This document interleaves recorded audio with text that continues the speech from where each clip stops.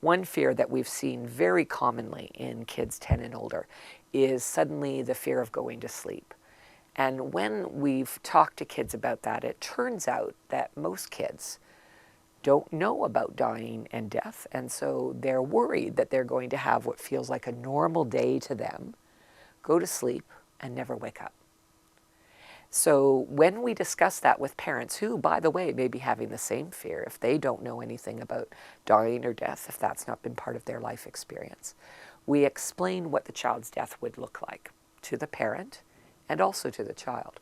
But one of the things that we can say to parents is, so, work out a code with your child.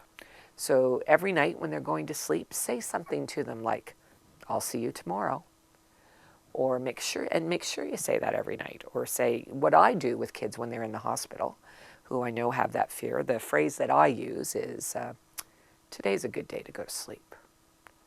So we give parents different ideas, and they'll come up with their own way that means something, that feels sort of right for them and their child. But the corollary of that is that I don't enter into doing that with a child, and I advise the parents not to do that unless they're prepared to stop saying it.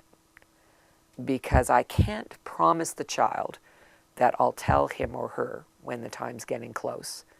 If the parent says, well, even when I know they're dying, I'm going to want to say that, then that's additional work that we have to do.